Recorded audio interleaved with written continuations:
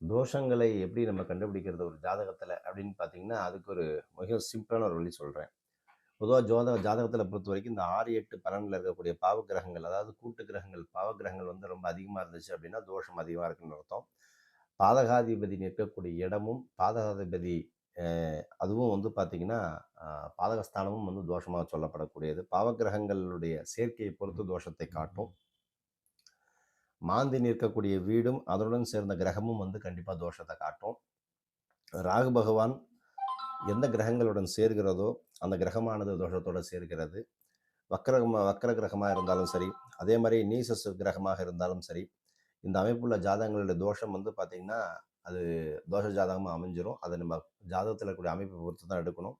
சில தோஷங்கள் எல்லாம் தீர்க்க முடியாததா இருக்கும். அதெல்லாம் வந்து அனுபவிச்சு தான் தீர்க்கணும். ஸோ, அதுக்கு பரிகாரங்கள் வந்து பார்த்தீங்கன்னா, அது வந்து ஒரு நிவாரணம் அவ்வளோதான்.